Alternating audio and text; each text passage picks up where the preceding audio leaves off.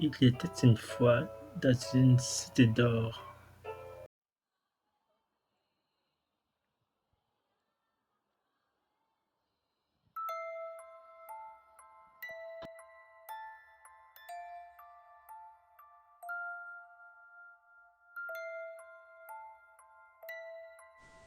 Virevoltent les feuilles d'automne, demeure covide monotone, brise combien de mes rêves, souffre ce monde confini dans la trêve. L'an prochain, comme un espoir de se revoir.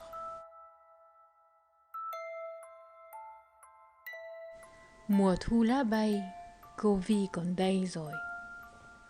Vỡ tan ôi bao giấc mộng của tôi. Giờ đây ở nhà, thế nhân sầu đau. Hẹn nhau năm sau, ta nhìn thấy nhau.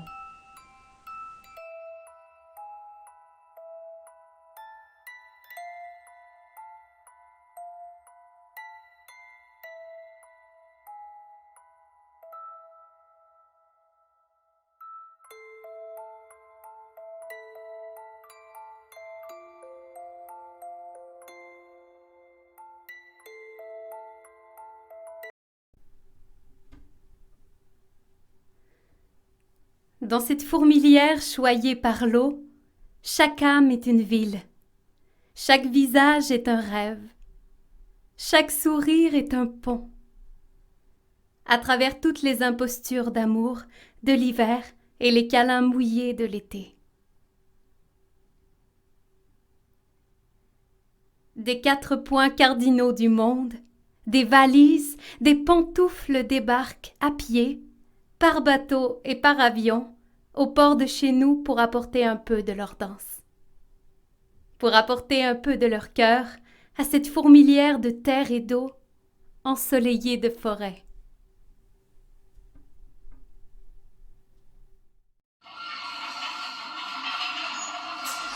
Ah, mon cher, bien aimé, Jean, travail. Bel travail. Donc, pour aller, m'a tourné, d'accord? Oups! Pardonnez-moi, mon créole haïtien. Je vais m'adresser avec vous en français. Donc, je suis Carmen Antoine Bessard, auteur du scénario illustré Diaspora Lacaille. Un récit qui relate ce qui s'est réellement passé sur un dépotoir recevant les débris de béton du fameux tremblement de terre en 2010 en Haïti. Donc, au plaisir de partager avec vous des passages de mon livre. Merci. Bonjour à tous, je suis Carmen Antoine Bessard et je vais vous lire un premier passage du tome 1 de Diaspora Lacaille dans l'œil de l'ouragan. Soudain, on entend un cri d'homme. C'est dépoté. Woy, woy, woy. Travailleur. Dépoté, l'inoui. Dépoté marche et court d'une manière saccadée dans la cour administrative. Madame Santé et Belleté, en retrait, ont la tête tournée vers lui. Autour, des travailleurs qui vaquaient à leur occupation le regardent. Les têtes de Lettuel et de Chef Youn dépassent de la porte mitoyenne. Les deux regardent, les yeux grands ouverts, étonnés. Dépoté. Si yo te raché tête ou pas ta mouri tout, woy, woy, woy. Chef Youn, Lettuel et Madame Santé accourent vers la camionnette de chantier de veillée. Le chauffeur peine à accélérer le pas. Ils ont tous leur chapeau de sécurité en main. Chef Youn, let's go, on y va. Au travers d'un groupe de chiffonniers tenant des pics en métal, Madame Santé et Lettuel regardent un point, à terre, leurs yeux sont ronds. On y sent la peur.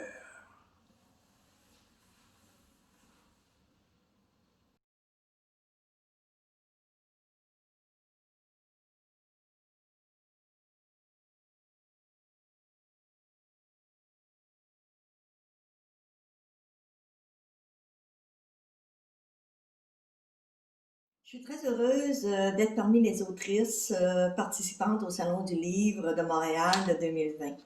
Mon nom est Pauline Lapointe-Chirac. Je vous présente mon livre Au seuil d'une porte, On the Way In, et la version bilingue. Jeune, mes lectures m'ont amené à m'ouvrir au monde, à d'autres réalités humaines. J'ai quitté mon Lac-Saint-Jean pour aller vivre à Toronto. Même si je n'avais aucune connaissance de l'anglais, j'avais soif d'aventure. La culture anglo-saxonne est si différente de la nôtre. Après 3 années de scolarité, ça m'a donné la chance de vivre auprès des immigrants. Curieusement, je me suis vite sentie immigrante.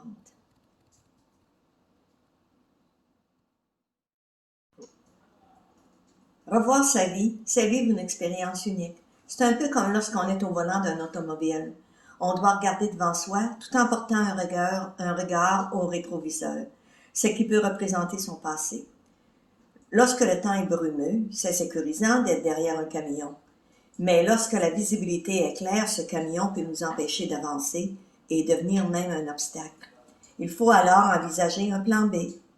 Lorsqu'on est tiraillé par son vécu, beaucoup de pièges affectent son bonheur. L'écriture permet une prise de conscience. Elle nous ramène au moment présent et ouvre une porte vers des nouvelles réalisations. Écrire, c'est aller du je au nous, se questionner sur notre attitude, nos gestes, afin de refaire connaissance avec soi. Écrire, c'est prendre le temps d'identifier ses forces, ses faiblesses et trouver de nouveaux atouts pour mieux discerner autrui, pour goûter à une vie plus satisfaisante et plus sereine.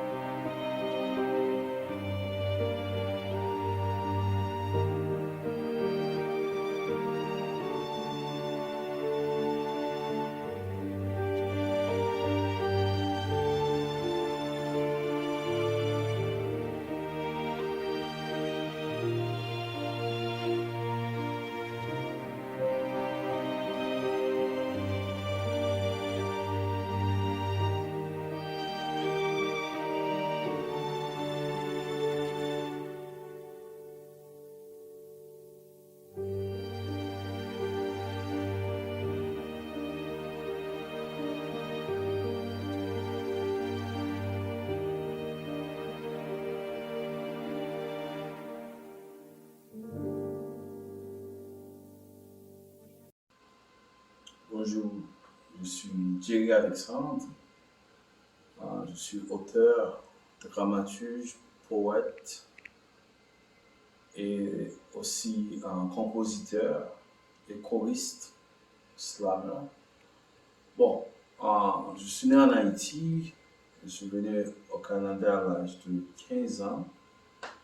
Et par la suite, j'ai eu des expériences très difficiles qui m'ont poussé à voyager le monde.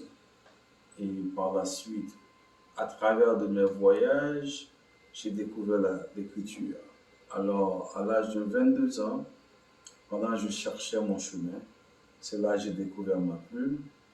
Et aujourd'hui, je suis plus connu étant un poète, mais j'essaie de tracé le chemin pour me faire reconnaître aussi comme, pour devenir plus connu, étant dramaturge, essayiste et romancier.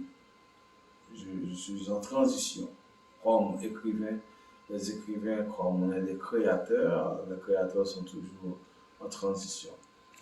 Et bon, on va dire que j'habite Montréal, j'ai passé quelques années à l'université de Concordia,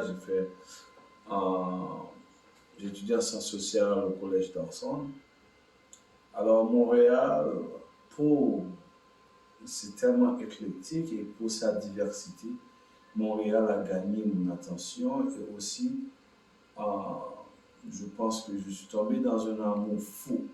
Montréal est comme une femme que je veux épouser, tandis que quand elle est loin de moi, je meurs de voir cette femme, je désire cette femme à mourir. Et quand j'arrive à Montréal, l'exclusion, les difficultés, tout qui sont là, ça me pousse à partir. C'est une relation qui est très difficile, une relation douloureuse parce que, bon, éloge à Saint-Michel. Saint-Michel, vierge au temple des exclus, mère sublime des plus démunis, femme prise en otage et enfermée dans une abyssale pénurie de ressources. Toi, qui es méprisé, vilipendé, défiguré sur le seuil de la pauvreté, tu es pourtant exquise dans ton humanisme, luise dans la magie de l'imperceptible. La noirceur est le flambeau de ta grâce. Toi, qui habites des écoles privées de fenêtres, des salles de cours dénuées d'espoir et des terrains saturés d'orphelins, victimes des malheurs de l'oppression et de l'abus racial. Mets-toi debout et proclame la grandeur de tes enfants. Siège sur le piédestal de leur talent. Leur succès est ton meilleur sort. Mais le profilage racial demeure le plus grand tort. Toi, qui es éreinté par le poids du châtiment, imposé par un système qui rejette ta beauté, tes richesses, ton arc-en-ciel composé de couleurs humaines. Tu as conçu cet esprit dans un corps maltraité, abusé par une injustice flagrante et humaine invisible qui alimente la haine et l'exclusion des racisés.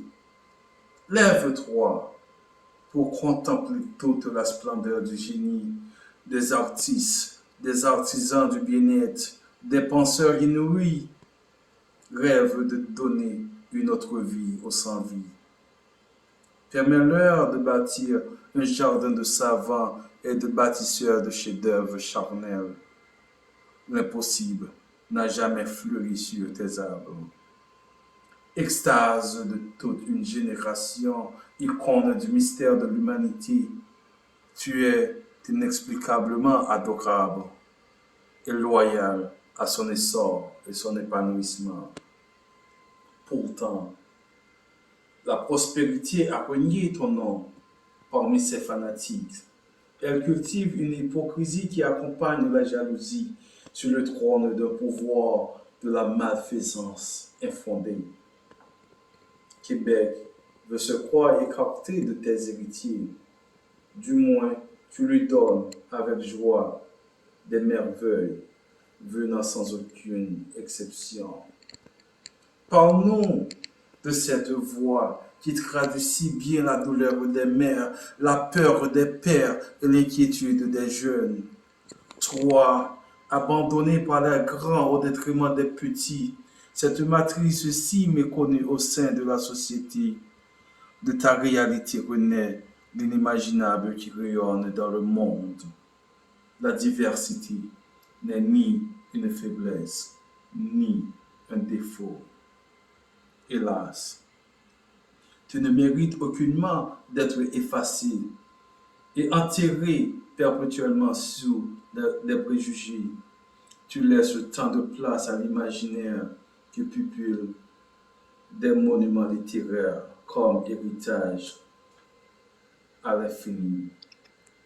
Québec est peu reconnaissant de tes contributions et des têtes pensantes qui dessinent son avenir. Super paysage au marché des amoureux. Tes enfants conquièrent le racisme avec éloquence, une simplicité ornée de ton bonheur. Ils fabriquent des jeux de mots pour édifier l'impossible sur un fond de doute qui incite à l'abandon de ses pensées. Sans toi, il n'y aurait ni moi, ni ce bassin de gens qui continue à ériger un Québec plus revitalisant. Regarde tes enfants dans les yeux et atteste haut et fort l'inestimable réservoir de grandeur qui embellit tes valeurs.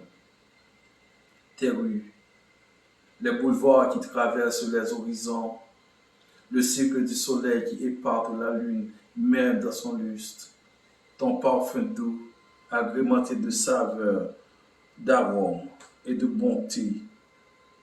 Tout cela fait de toi cet unique quartier dans une province qui fut encore une mine d'abondante richesse. Saint-Michel, la gratitude n'est ni commensurable ni proportionnelle à ta bonté qui mérite plus qu'un simple merci.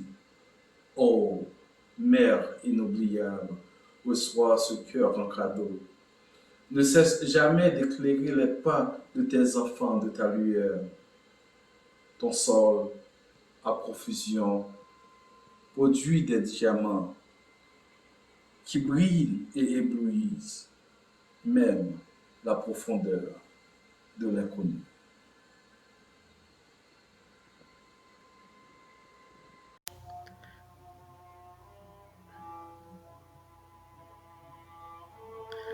Quand la route est trop sombre, la vie trouve un chemin. La vie trouve toujours un chemin.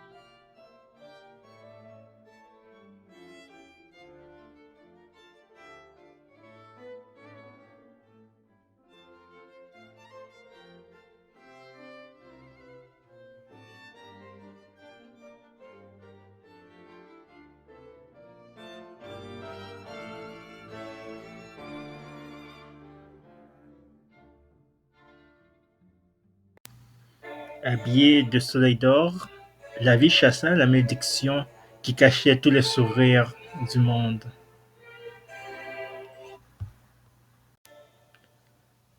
Et partout dans le monde, la paix, l'amour et la joie sont de retour. Jusqu'à la fin des temps, jusqu'à la fin de l'éternité.